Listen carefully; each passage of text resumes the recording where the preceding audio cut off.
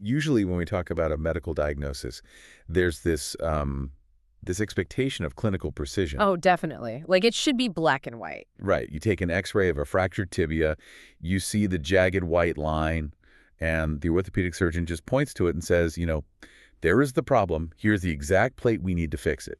It's incredibly straightforward. It's very binary, broken or not broken. You apply the mechanical fix, and you move on. But then you step into the world of veterinary pharmacology, and, well, suddenly that structural binary logic just completely falls apart. Oh, it goes right out the window. Yeah. We're looking at a landscape that is incredibly dynamic, and frankly, it's pretty intimidating, especially for you, because if you were listening to this deep dive right now, chances are you are a veterinary student. Yep, and you're right in the thick of it. You are staring down the barrel of clinical rotations. You're constantly evaluating those ASA grading charts for patient health, and you are actively trying not to drown in endless pharmacology tables. It is just a massive volume of information to synthesize all at once. And, I mean, the stakes couldn't be higher, right? Because you're dealing with living, breathing systems that react incredibly unpredictably. Exactly. So today, for our deep dive into these veterinary medical notes on premedication, our mission is to decode the physiological why behind these anesthetic cocktails. Which is so important. Right. We want to help you step away from just rote memorizing dosages and start truly understanding how to prep a patient. Because premedicating isn't just administering a sedative to get an animal to hold still. It's like priming a canvas before a complex painting. Oh, I like that. It sets the physiological foundation for absolutely everything that follows in that surgical suite. I think that is the perfect framework because, well, my core belief when analyzing these pharmacology notes is that this knowledge is only valuable when you actually understand the underlying mechanisms at play. The ultimate goal of premedication is risk reduction and patient advocacy. We are trying to protect the animal's central nervous system from the stress of the clinical environment, and we're protecting their physiology from the trauma of the procedure itself. Okay, let's unpack this, because if I'm looking at a highly stressed, aggressive dog on the exam table, the instinct is just, let's get this patient anesthetized as fast as possible so nobody gets hurt. Naturally, yeah. But the sources explicitly lay out why premedication is an absolutely non-negotiable first step, I mean, even in emergency situations. And a huge part of that comes down to managing sympathetic tone. Precisely. We have to look at what is happening physiologically when an animal is terrified. Their sympathetic nervous system is just firing on all cylinders. They are flooded with catecholamines. Stress hormones. Exactly. And the sources highlight a really critical pharmacological reality. That massive influx of stress hormones actually increases the patient's sensitivity to the arrhythmogenic effects of anesthetic drugs. So if you try to induce anesthesia with a heavy-duty agent like propofol or alfaxalone, in a highly stressed, unpremedicated animal, You're asking for trouble. you are playing a very dangerous game with their myocardium. So by skipping the premedication, you aren't saving time. You are actively making the induction agents more dangerous. You are. The premedication acts as a buffer. It brings that sympathetic tone way down. It also provides preemptive analgesia, so it establishes a pain pathway blockade before the surgical stimulus even occurs. Right? And just as importantly, it ensures a smooth recovery. You really want to avoid a dysphoric thrashing wake-up. Because that can destroy surgical repair. It destroys repairs and causes massive physiological distress. Which brings us to a concept the notes hammer on repeatedly, which is balanced anesthesia. And here's where I want to push back a little bit on the logic. Okay, let's hear it. So the notes say balanced anesthesia allows for lower doses of your induction and maintenance drugs, which reduces overall risk.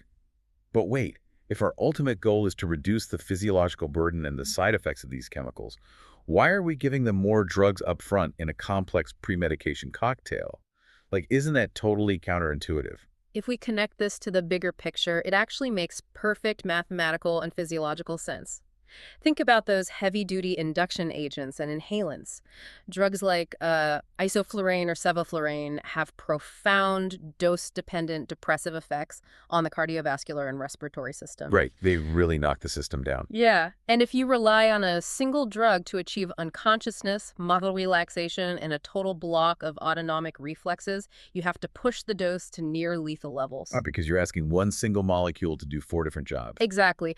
But by utilizing a multimodal approach in our premedication, meaning we combine a specific sedative class with a specific opioid. We're targeting the nervous system from multiple different receptor sites. Okay, I'm tracking. Because we've already depressed the central nervous system and established robust analgesia, the MAC, the minimum alveolar concentration required to keep that patient asleep, drops drastically. We are administering more types of drugs, yes, but we are achieving a much lower total physiological burden. That is brilliant. It's synergistic. You use a little bit of several things to avoid using a massive, dangerous amount of one thing. Exactly. Okay, so since the whole goal here is minimizing risk, let's talk about how we handle routine procedures on perfectly healthy animals. In veterinary terms, are ASA grade 1 and grade 2 dogs and cats. Right, the healthy ones. The tool belt for these patients essentially comes down to two major classes. We have the phenothiazines, specifically acepromazine or ACP, and then the alpha-2 agonists. Let's start with acepromazine. It is a staple in veterinary medicine, and it works primarily as a dopamine receptor antagonist in the central nervous system. It provides very reliable, smooth sedation and anxiolysis. But the sources put a massive asterisk next to ACP. It provides absolutely zero analgesia. None whatsoever. It will sedate the animal, but it will do absolutely nothing to block pain pathways. This is why ACP is fundamentally incomplete on its own for any painful procedure. You have to add something else. Right, it must be combined with an opioid. Furthermore, the dopamine antagonism isn't its only mechanism. It also causes alpha-1 adrenergic blockade. And that alpha-1 blockade is what leads to the peripheral vasodilation. Correct. The peripheral vascular beds just open up. The immediate clinical consequence of that is hypotension, a significant drop in blood pressure. Oh, wow. And because all that warm blood is suddenly rushing to the dilated vessels near the skin, the animal loses body heat extremely rapidly. If you are using ACP, you have to be highly proactive with thermal support. Now, my favorite pharmacological quirk about ACP from these notes is the plateau effect. Oh, yeah. It has a strict dose dependency ceiling. It's exactly like furiously pressing an elevator button. That's the best way to think about it. Right. Like you can press the button one time and the elevator is going to come. If you get impatient and press it 10 more times past that threshold, it's not going to make the elevator arrive any faster.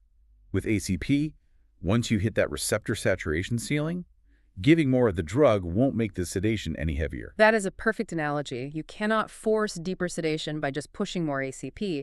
Once you hit the ceiling, all you are doing is amplifying the adverse side effects. Oh, so it just gets worse. Yeah, you aren't getting a sleepier dog. You are just getting a profoundly hypotensive and hyperthermic dog. So ACP is a gentle ride, provided you respect the ceiling, but it takes, 30 to 40 minutes to reach peak effect if given IM, and it totally lacks pain relief. Right. Which brings us to the other side of the healthy patient tool belt, the alpha-2 agonists, like dexmedetomidine. And this class of drugs, it's a totally different ballgame. It truly is. Alpha-2 agonists work by inhibiting the release of norepinephrine in the central nervous system. They provide both profound sedation and profound analgesia. Okay, so a 2-for-1. Exactly. But the pharmacodynamics here involve a very intense biphasic cardiovascular response. Walk us through that cascade, Yeah. because the notes make it sound like a massive physiological event for the animal. It really is. So phase 1, the drug binds to peripheral alpha-2 receptors, causing intense peripheral vasoconstriction. The vascular beds just clamp down entirely. Which instantly drives the blood pressure. Through the roof, exactly. You get severe acute hypertension. Now, phase 2, the body's baroreceptors sense this dangerously high blood pressure, and the vagus nerve fires to protect the system. It slams on the brakes. Okay. This triggers reflex bradycardia, a severe drop in heart rate. It is incredibly common to see second-degree atrioventricular block, where the electrical conduction between the atria and ventricles literally drops beats. So the heart is pumping against a massive amount of resistance, and it's doing it at half the speed. Yes. Eventually, the central effects of the drug kick in, the sympathetic tone drops, and the blood pressure returns to normal or even slightly hypotensive levels. But the bradycardia persists. So you end up with a patient who has a significantly decreased overall cardiac output. And it doesn't stop at the cardiovascular system either. The notes detail profound gastrointestinal depression. Alpha-2s are highly emetic in cats and dogs, so they cause vomiting. Or frequently, yes. They decrease insulin secretion, leading to transient hyperglycemia. They inhibit vasopressin, causing significant diuresis. Oh, and here's a bolded contraindication in the notes. You never use an alpha-2 agonist in a near-term pregnant animal because it increases uterine contractility and carries a high risk of abortion. Right, they are truly systemic drugs that alter function across multiple organ systems. So this really begs the question, why are we ever pulling this out of the pharmacy? I mean, if I'm prepping a perfectly healthy golden retriever for a spay, why on earth am I voluntarily inducing severe hypertension, followed by reflex bradycardia, causing them to vomit, and spiking their blood sugar? This is where we have to trust the physiology of the ASA 1 and 2 patients. Why do we use it? Because in healthy, robust animals, their compensatory mechanisms are entirely capable of handling those massive hemodynamic shifts. Okay, so they can take the hit. Exactly. They ride out that biphasic response without sustaining organ damage. And the clinical payoff is just immense. You get unparalleled, reliable sedation, you get fantastic muscle relaxation, and you get incredibly potent, centrally acting analgesia. It makes the actual surgical anesthesia incredibly stable. But that entirely hinges on the patient actually having those robust compensatory mechanisms in the first place. Oh, absolutely. If their cardiovascular system is already compromised, that initial vasoconstriction and subsequent drop in cardiac output could easily be fatal. Which logically brings us to the fragile patients. What do we do when those compensatory mechanisms are broken? Say a patient comes in severely traumatized, hypovolemic, or maybe they're geriatric or ASA grades 3, 4, and 5. We obviously can't use an alpha-2, and even the vasodilation from ACP might crash their blood pressure too far. When you are dealing with those compromised states, you have to pivot to a completely different pharmacological approach. And this is where the benzodiazepines become your primary tool. Drugs like diazepam and midazolam. And these work by enhancing GABAergic activity, right? Yeah. Acting as mitotransquilizers, muscle relaxants, and anticonvulsants. That's right.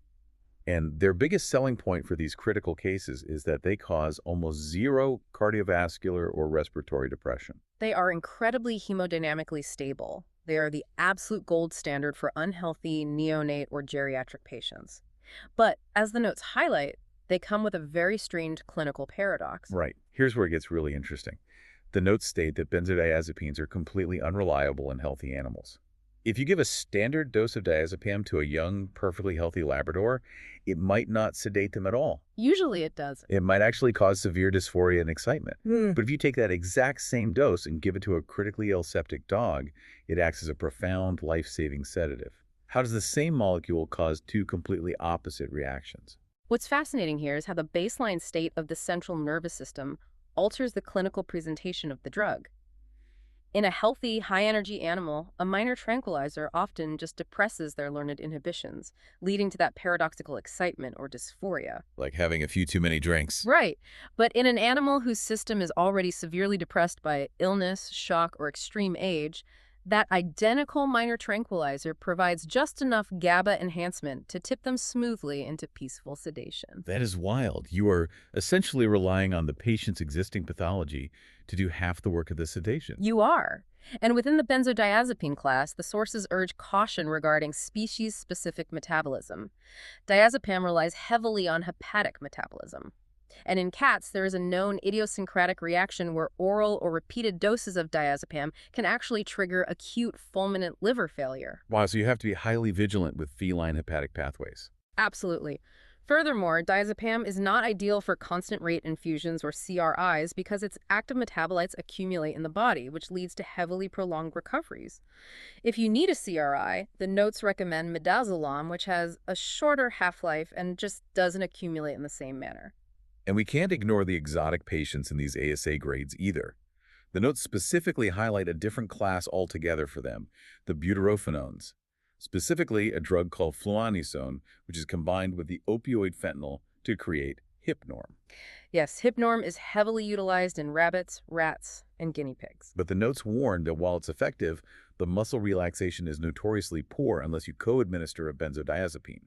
Plus, the fentanyl component causes moderate to severe respiratory depression. Which is a huge deal. Yeah, and knowing rabbit respiratory physiology, that means you have to be completely prepared to manage their airway or partially reverse the opioid with butyrophenol if they start desaturating. Which naturally transitions us from the theoretical to the intensely practical. Understanding receptor pathways is essential, but at the end of the day, you have to successfully deliver the drug into a potentially aggressive patient, and you have to know how to bail out if that patient's physiology crashes. Right, let's talk logistics.